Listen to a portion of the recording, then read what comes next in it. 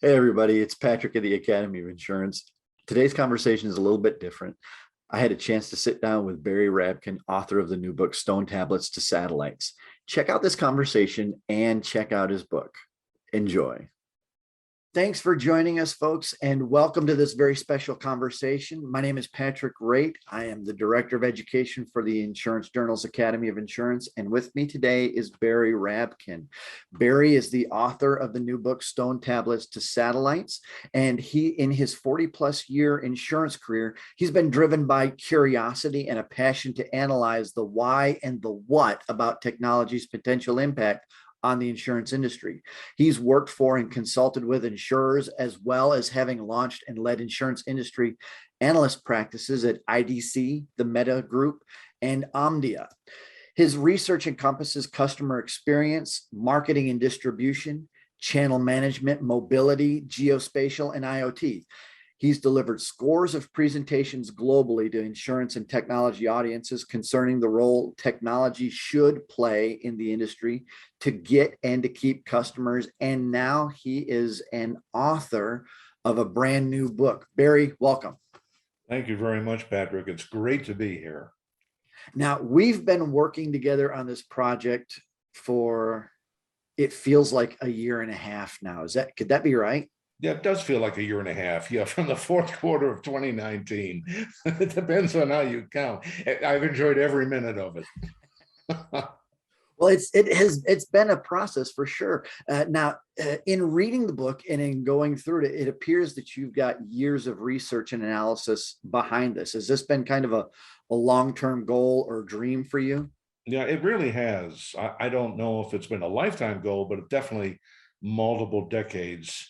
Quite a number of years ago, I told Barbara, my wife, that I wanted to write a book called The Coming Insurance Industry. And over the years at dinner, she'd every now and again say, so is it going to be the history of the insurance industry? And so it's been a little prodding. But certainly since I've been an insurance industry analyst, writing all those reports and delivering the presentations and talking to hundreds of technology firms and being briefed by them and talking to audiences, I've wanted to take those reports that I've written and turn them into a book, repurpose the research that I've done into a book. And this is being retired. Certainly has been an impetus. I finally have the time, or as right before I retired, Barbara would ask, so what are you going to do with your time? So I decided I would have the time to write the book. And certainly with COVID hitting the entire world, I had a chance to bury myself, in my room with my computer and my thoughts and start to put this together. And then you folks, very graciously, talking to you and to Josh, gave me this opportunity to write and have this book published. And so maybe not a lifelong dream, but a long time dream. And I'm really excited to see this come to fruition. And that one of our colleagues that we both know, I had mentioned to Paul Carroll at Insurance Thought Leadership before I started that I want to write a book. And he thought a little bit and he said, no, you want to have written a book. So it certainly was right. Although I am thinking about a second book, I am thrilled that this one is just about in the finishing stages. Yeah, it's good to be close to finished, right? I mean, like I said, we've been working at this project for a while now, and you kind of just you got into the why now. I mean, it seems like the perfect timing for a book about insurance and technology. So is that part of it? Yeah, it is. I come from the business side of the insurance industry. A long time ago, right after the dinosaurs left the earth, I spent about 4 years at Safari with Aetna Life and Casualty, back when, as I put it, Aetna could afford the ampersand. Those 4 years in Safari, system by Aetna for fast access to records and information, were really the only time that I was in technology. Normally, I'm from I'm in the business side, usually marketing or market research. It's when I became a management consultant that I started to pick up engagements in underwriting and product development and other aspects of the business other than marketing. But I'm from the business side. And even back when I was a kid, I always loved technology. In fact, some of my friends in the IT department would ask me, I think there was a foretelling of what will happen later when I got older. They would ask me, well, where do you think technology is going and how is it going to impact us? And starting to think those types of thoughts really got me going. And then when I became an analyst, it's like, this is a lot of fun. This is a lot of fun talking to technology firms of all stripes and considering how technology either is using or could use, the insurance industry could use technology. It really perked me up, and I loved it much better than I was a management consultant for 8 years. I did like it.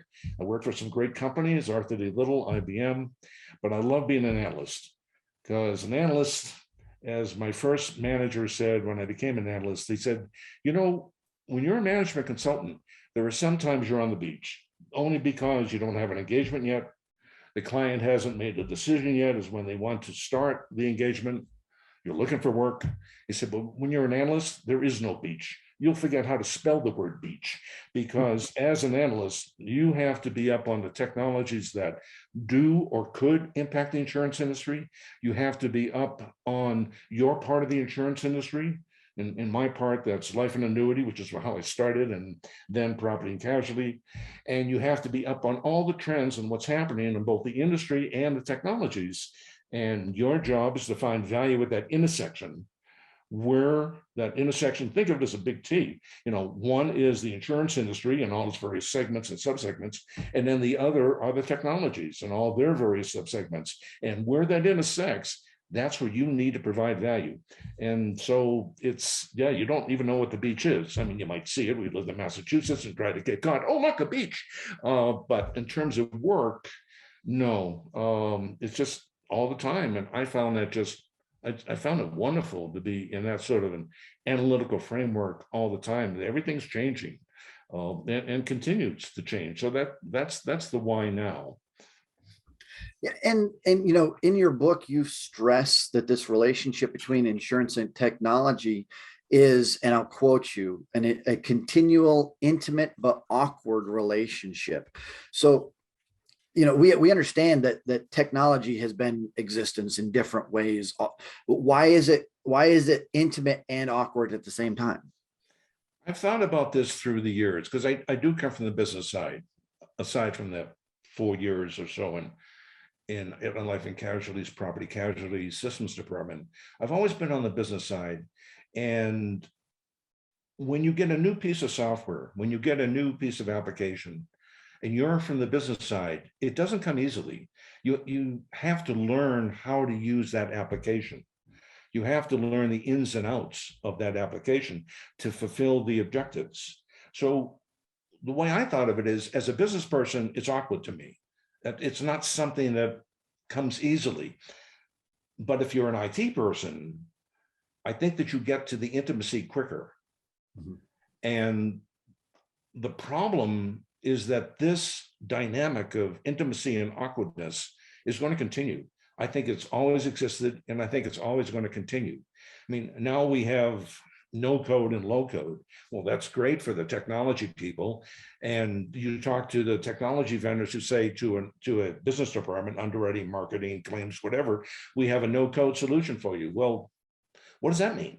You know, how do I actually use this application to get my underwriting objectives done? It's awkward for us on the business side. I may be wrong. That what I found through the decades of working at the Hartford and Aetna Life and Casualty and John Hancock and Phoenix is that there were almost always power users. And by power users, I mean people on the business side who know immediately or very quickly how to use the application. But when you consider the vast number of people in the business side of insurance, there are very few power users. Mm-hmm. You have to train the trainers to train the people who then have to use that application. And although I have always been on the carrier side, as I've told audiences when I've given presentations at AppliedNet and others, 100% of my tendencies is for the carrier. I would assume that the same dynamic is true in the agencies or the broker firm, that you have people who, we just want to sell. We just want to service the customer. And now you've given us a new piece of software. And now we have to learn how to use it. And by the way, we still have to learn how to, we still have to ride the bike while we're learning how to use this piece of software. And then you have people like me and others, and we're going to discuss this later on about technologies and what technologies might an insurance company use or an agency or a broker firm use. And I've been beating the drum for video forever. And some of those conferences at Vertifor and Applied and others, and I'd be sitting at lunch in a round table of 8 or 10, and I'd say, well, do you use video? And then say, oh yeah, we use video for training. And it's like, no, that's great, but I'm talking about onboarding producers. I'm talking about onboarding customers. At one of those lunches, one of the ladies said, oh God, wouldn't want to do that. I know it's bad enough. I don't want to be on 9 to 5 on a stage. I don't want to have to look good if I'm using video to onboard a customer. But I think video, to me, as I discuss in the book, it brings a level of intimacy with the client when you use video. And I do understand the problems that it brings for the people in the agency or the broker firm. I mean, they also are keeping the bike running, and they've got other things to do, and to see that damn red light go on while they're trying to get all the paperwork. And there are software companies that they provide the software that you can communicate with the client at the same time, or the claimant at the same time, and you can actually use a John Madden style pen and say, no, I want you to sign here, or these are what you need to look through, and I need you to initial here, and you're doing it interactively with the client or the claimant. I think that's phenomenal. But if we were to take the time right now and walk through a broker firm locally, or make it worse, go through a carrier and walk through the various departments, how much paper would we see? How many files would we see? And I certainly hope we don't see a dot matrix printer anywhere, or I thought Smithsonian was calling, asking for these machines. I even hope we don't see a fax machine anywhere, but you and I both know we're going to see fax machines. And of course, I'm jumping ahead to the butler, did this with a candlestick in the kitchen, but we're going to discuss what technologies insurance companies might want to consider using, or what technologies should be looking at, insurance companies should be looking at for the future. And when I saw that question, it's like, well, what have they done now? I mean, what are they doing with mobility now, right now, 2022? What are they doing with cloud technology, even if it's on premises and it's not, it's not public, it's not hybrid? What are they doing with the technologies that exist right now? And I think we all know the answer to that question is that they're striving to use them. And now you have people knocking on their doors with some of these other technologies that we're going to discuss a little later in this interview. When we think about these issues with technology, I always go back to my journey in the insurance industry. When I came into insurance in 2005, I came into an MGA, and there were paper file cabinets throughout the office. Right. Underwriters had stacks of files on their desks. We had a printer that printed single-sided commercial policies that were 300 pages. Right. And then we took them to a person whose only job was to take that document, double-side it, stamp the owner's name in it, 3-hole punch it, and put it into binders. That's one big bullet on a resume. What do? The one big bullet on the resume, and you put it in 18-point font so it stands out. Right. And how many times do you do it? I do it for 20 years. No, really, I'm really good at that.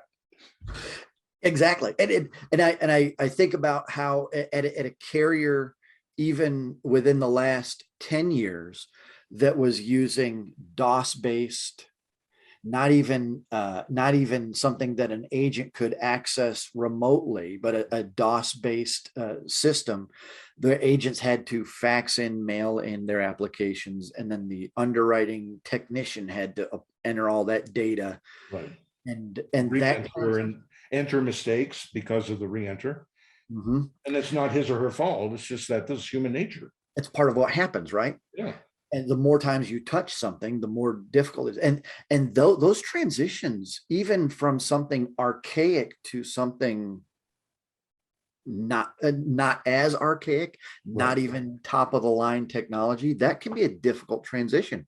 And so I do feel that that awkwardness, intimacy, because on the one hand, you've got people who in their lives are on the front edge of technology, Right.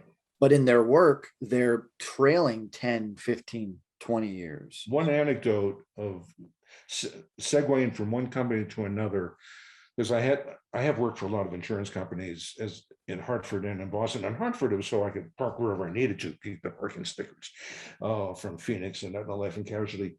But during the years that I was at Aetna, when I was in technology and Safari, the Safari system was a real-time, I'm using the words correctly, a real-time policy underwriting system. So when a person in the field put the information in the application, within 3 seconds, the deck page printed out within 3 seconds.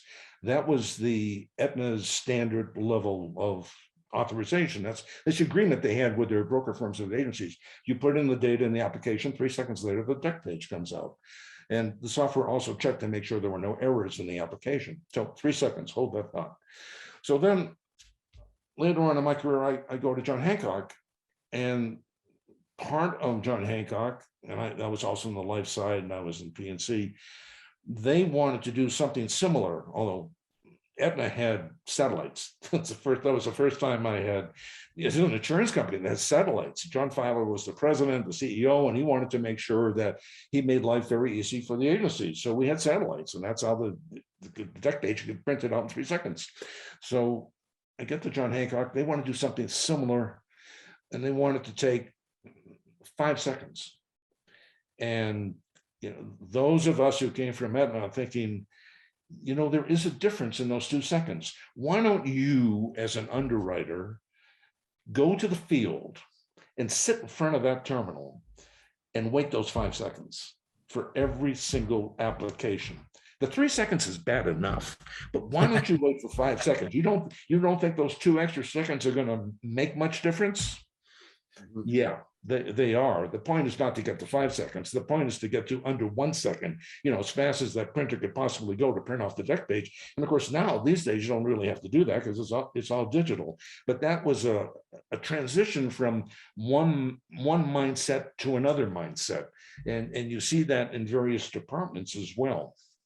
So that intimacy awkwardness has really been with me, even as an analyst. There was, when I was with one of the firms, the go unnamed, they had an expert in cloud, and he knew ins and outs. He understood cloud technologies, public, private, hybrid, whatever. And I think, I was there. I was with him 2010 to 2014, something like that.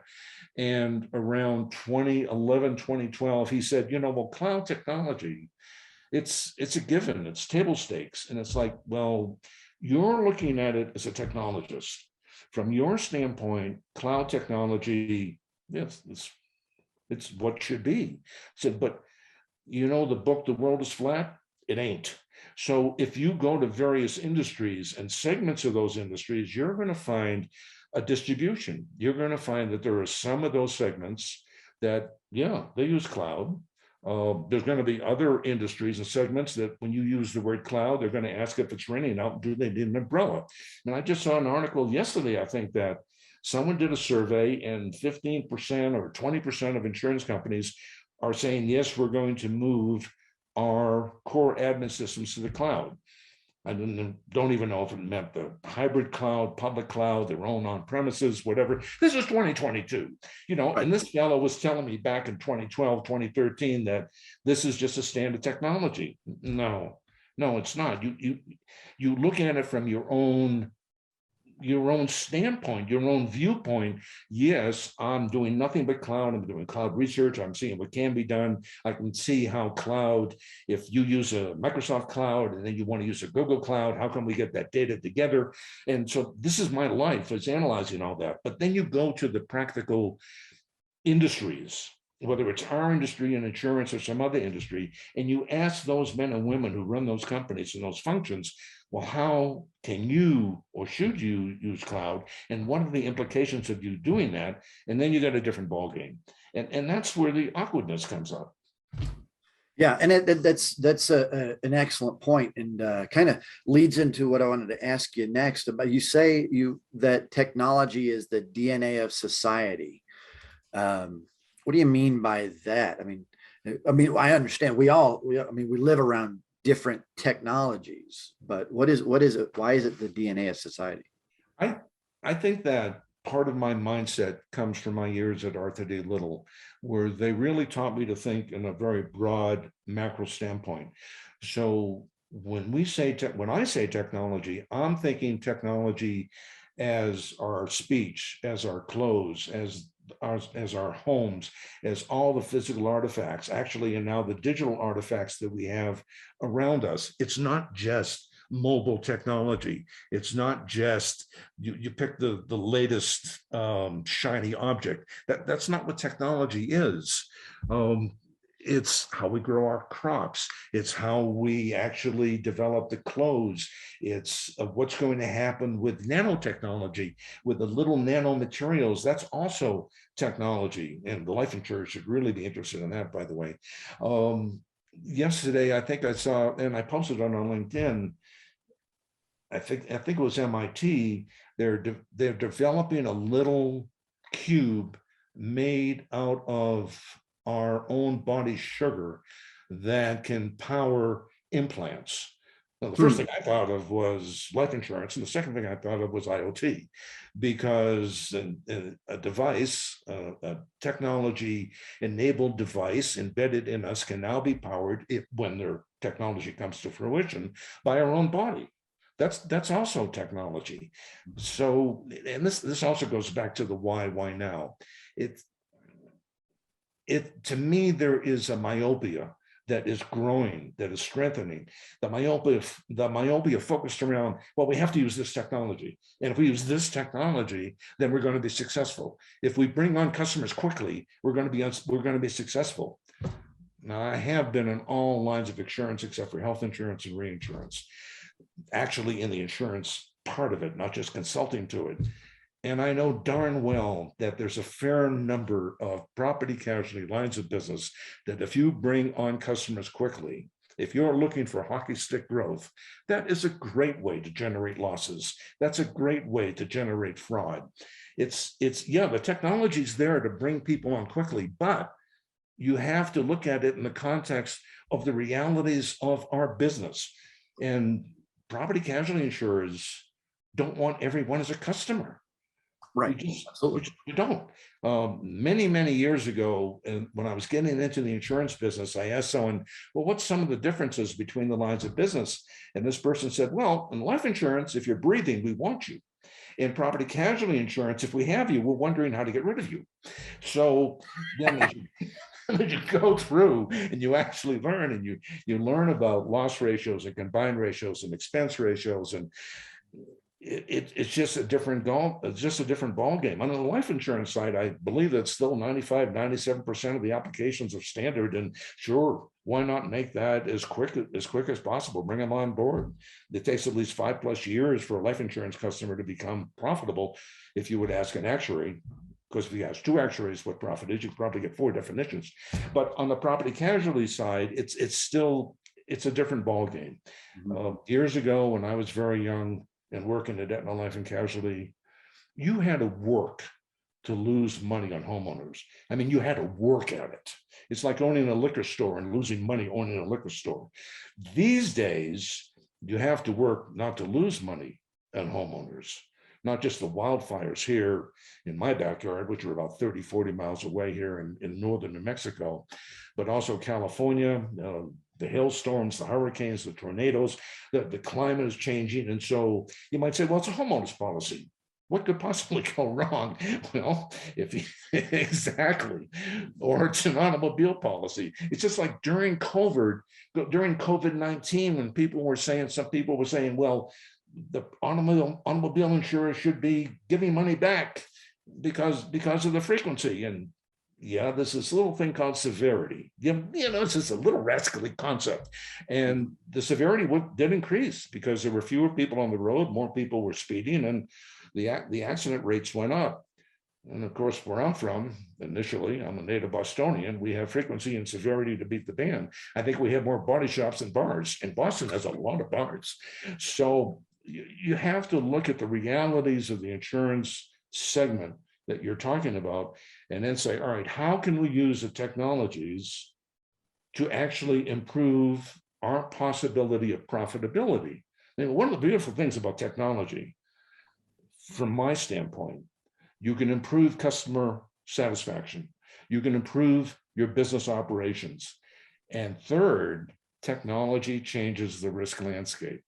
That's what makes that intersection of technology and insurance industry so much fun, because technology changes the risk landscape. There are some risks that just go away. There are some risks that get enhanced and they become worse. And then there's some new risks. I mean, we see that now in cyber. We're going digital. Most of the world is now digital and becoming even more digital. That's great, but it's the wild, wild west. And so now you have cyber liability, you have cyber hacking. And going back to the IoT example, anything that's connected to the internet, whether it's connected to a screen or not, is hackable. What's that old saying? You either have been hacked or you don't know you've been hacked. Those are the two types of people. So right. I guess what I'm saying is that the technology and the technology trends are fun to understand, but you have to understand them in the context of the insurance segment that you're talking about. And in our business, it's not just bringing customers on quickly, which when underwriting calls for it, they should be, but it's also providing customer service, the administrative service, as well as the claim service. How are we doing that? I brought on all these customers. Now, how am I servicing them? How am I adjudicating their claims? And by the way, how am I talking to all these people who are part of all the ecosystems that I am part of as an insurance carrier? Because I've been involved in ecosystems forever, not just using technology forever. And that's how I get my claims paid, as I work with these people who are third-party claim adjudicators, or I work with property remediation firms, property restoration firms, or healthcare remediation. I mean, there are dozens and dozens and dozens of people who work in the ecosystems to try to satisfy a customer from beginning to end, from bringing on board to claim service.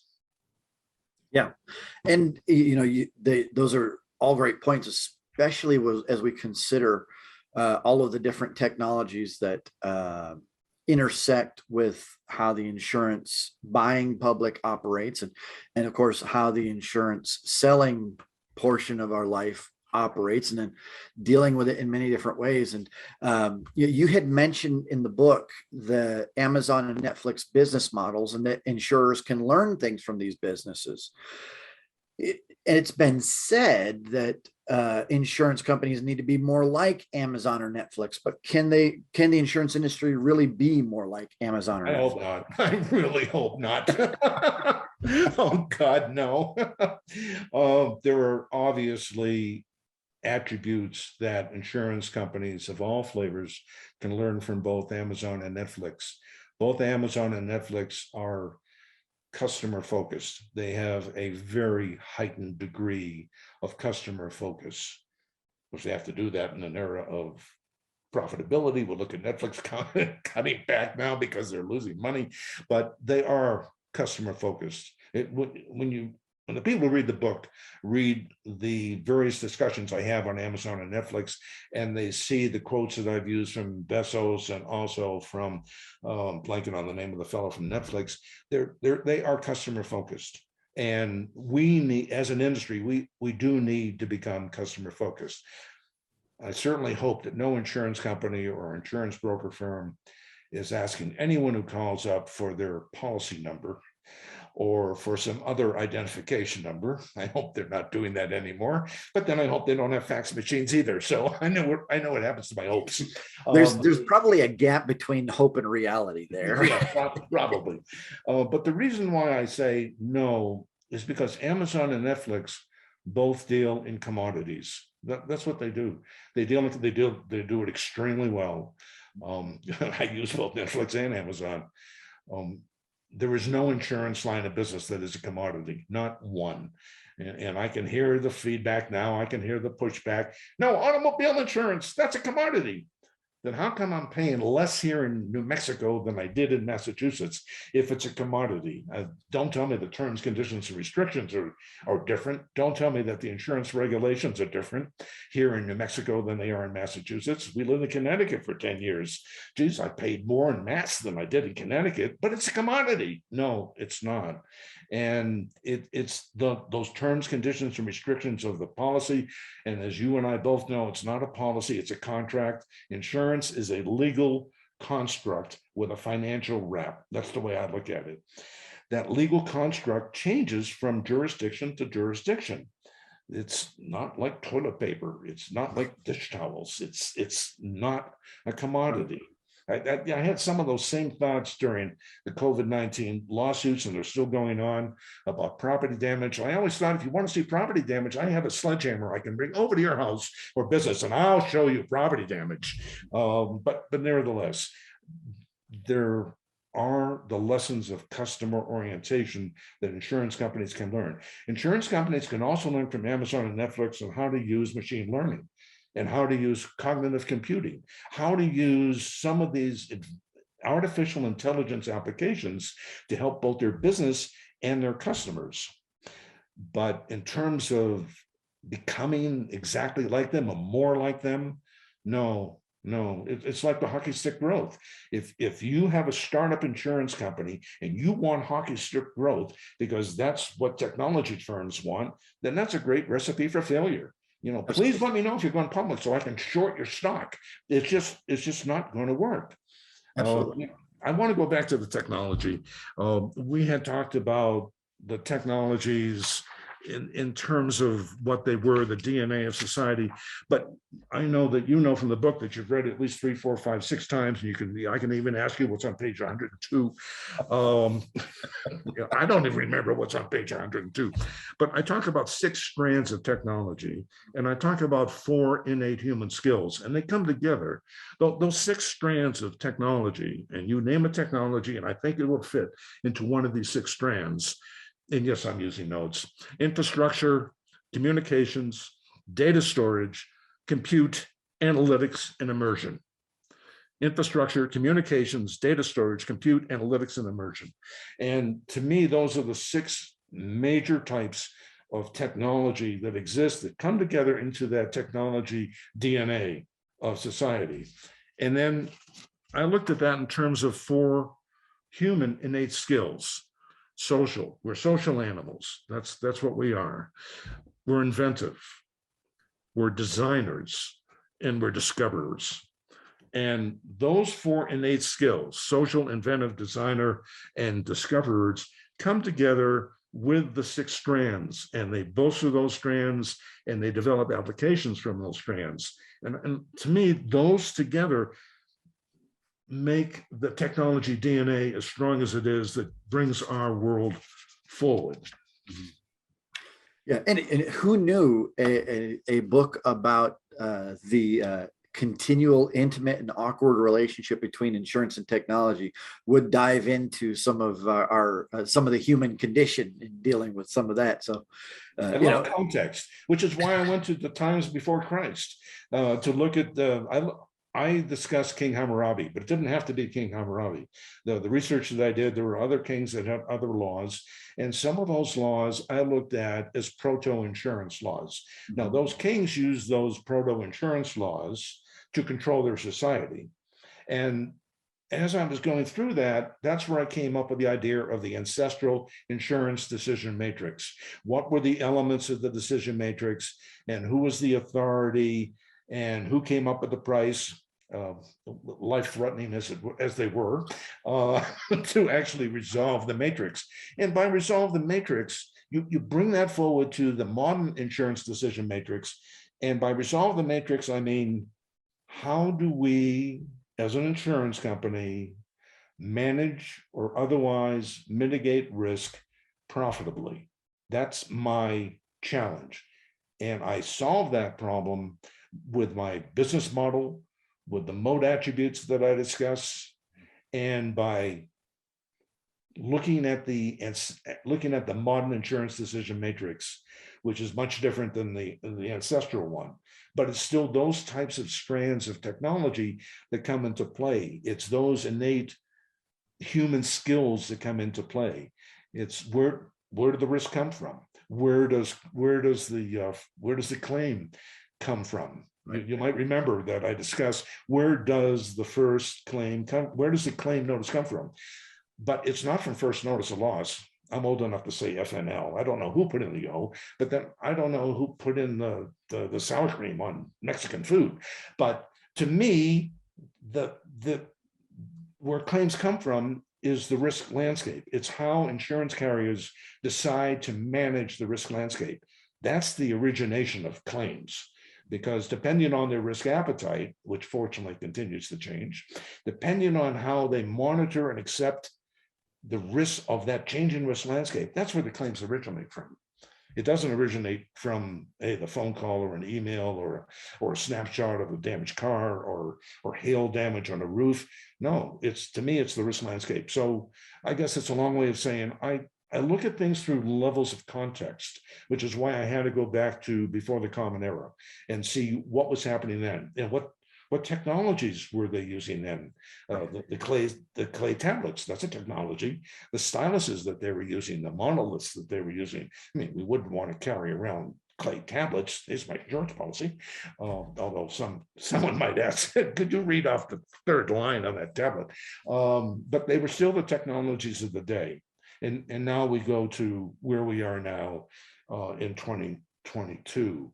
And I know that you want to ask about the various technologies that insurance companies should care about. And we had that little discussion earlier about, well, what are they doing with the technologies at hand right now? But we can talk about, so what technologies are coming in the future? And when I first saw that question, I had some problems because the book's not about technology per se.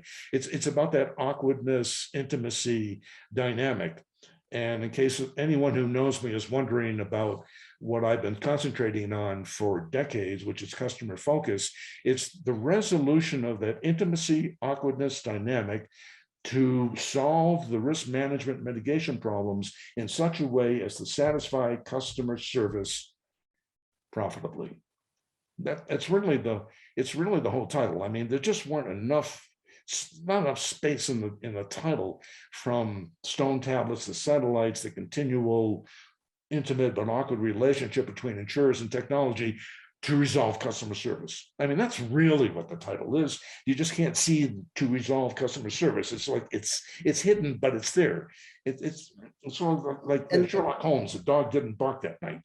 But customer service. That's the bottom line, right? The bottom line is customer service, profitable customer service, providing customer service profitably according to the metrics of the insurance segments that you conduct commerce in. That's really the bottom line. Yeah. And that actually, I wanted to ask you, kind of wrapping things up a little bit, but what are some key messages that you want to convey to the readers of the book? Well, you don't want to talk about the technologies. I think we've kind of talked a little bit about that, and in some ways we've in some ways the technology that we might talk about today that could resolve some of that might even be antiquated by the time the companies get used to using them. So we got to talk about something else too. But I really want to get to this idea of some of these key messages that you're looking to convey to folks as they read the book. The three messages, as I see them, as I've thought about them, There is significantly more to insurance commerce than bringing customers on board quickly. That's the first message. And I think this plays out in the various frameworks, heuristics that I have in the book, those visuals. But that's the first message. The second one is the sine qua non of deploying technology applications. I love sine qua non, is to support the business objectives of getting and keeping customers profitably. That's really what it's all about. And we have that discussion where I discuss modes and the mode attributes, and the fact that technology is one of the mode attributes. That's really technology applications, because throughout the book, I distinguish between technology and technology applications. They are entirely different. As shorthand, we say artificial intelligence, but that's an umbrella term. Machine learning is an application that we might care about. Cognitive computing, neural nets, fractals, those are all different types of applications, and they're different types of applications, just like there are different types of insurance segments. And then finally, the fact that carriers have to manage the firm from a holistic perspective. And that includes realizing and managing all of the participants in all of the ecosystems that insurance carrier needs to satisfy that customer. I mean, I talk about value chains, I talk about ecosystems, I talk about platforms. I love the idea of market platforms. I think that's a direction that insurance carriers should go, realizing that a market platform is not the end all and be all. And it's not, hey, I've got a market platform, so now my producers are going to be happy. No, very doubtful, because carriers have different risk appetites, and the risk appetites they have change, and the different types of coverage that a producer needs right now may not be satisfied by the participants who are participating on that platform right now. But it's still a way to make that discovery of coverage much more efficient than it is right now. So those are the three. Significantly more to insurance commerce than bringing customers on board quickly. Hockey stick growth is a financially fatal philosophy in the property casualty insurance industry. It's probably not too good in health either. The sine qua non of deploying technology applications is to support the business objectives of getting and keeping customers profitably. And finally, manage the insurance firm from a holistic perspective. You keep bringing that word up, profitably. When we were talking about how Netflix and Amazon are different, if I buy this notebook and they price it properly, everybody involved makes a profit. In theory. Right? As an Amazon shareholder, that had been true up until a few weeks ago. Right. We won't discuss Netflix shares, but I don't know them. as an item that I purchase, it's profitable if it's priced right, and they sell enough of them. Right. When it comes to insurance, any single insured out there, every single insured out there impacts potentially the profitability of the company. Exactly. Because while out of 100 of us, 95 may not have a claim, it's those 5 claims that can eat up the entire year's not just profits, but revenues. That's exactly right. And I'm not a financial guy. We did gloss over the technologies that are coming up that various areas would be interested in. To me, financial, I would assume they'd be interested in blockchain or cryptography. And not being a finance guy, I don't know the ins and outs of blockchain. Sales and marketing, I was thinking that the immersion technologies that we're seeing, the metaverse sort of thing. But profitability, even though I was only an actuarial student for a little bit on the life side, it seemed like there's a lot of discussion about what is profitability, even from an actuarial standpoint, whether for life or for property casualty. But it's a context, it's a framework that insurance carriers have to be concerned about. Man, back when I was a kid growing up at Aetna Life and Casualty in the 70s, we managed, in the property casualty side, we managed to a combined ratio of 113. And that's because the stock market was doing exceedingly well. Right. And I remember growing up in the insurance industry through the various decades, Mr. Greenberg, He had an underwriting philosophy. You will write to an underwriting profit. I mean, it doesn't mean that they always did, but that was AIG's guideline, probably a very heavy guideline. But still, that you knew as an underwriter with AIG, you had a right to a combined ratio that was profitable under 100. And so I don't think that we can get away from that. I don't think we can get away from the necessity of bringing customers on board and servicing them profitably. And that even brings in customer service. There's one time as a management consultant, we were doing an engagement for an insurance company. I won't name the company or the state. And I knew that they had a lot of Spanish customers. And I said, so how are you providing customer service to them? Are you providing marketing to them? And they said, well, we're just translating what we have in English to Spanish. No, perhaps they have different needs, different expectations. You just can't take a marketing brochure that's in English and then translate it to Spanish. You can't just take someone who doesn't understand the Spanish culture and ask them to provide customer service to a Spanish customer. It just, yeah, you do it, but it ain't going to work, and you're not going to make that customer very happy. Right. Absolutely. Well, I want to thank you, Barry, for taking some time to be with us today and for letting us publish your book. We're very excited. If I'm remembering correctly, which I should be, June 28th, available on through our website, ijacademy.com, and available on Amazon, and available in several different formats. And folks, if you're interested in the book, you can get more information on our website, ijacademy.com. So Barry, thank you again. We appreciate you. Thank you. And thank you for publishing the book. I'm thrilled about the opportunity. Yeah, we're excited. We're excited to see get this thing out into the wild and see a bunch of people enjoy it and learn a lot about technology and insurance, and a lot about even your perspective on these things. So again, thanks so much. And folks, thanks for joining us. On behalf of Barry Rabkin, I'm Patrick Raitt, and we'll see you next time. Have a good day, everybody.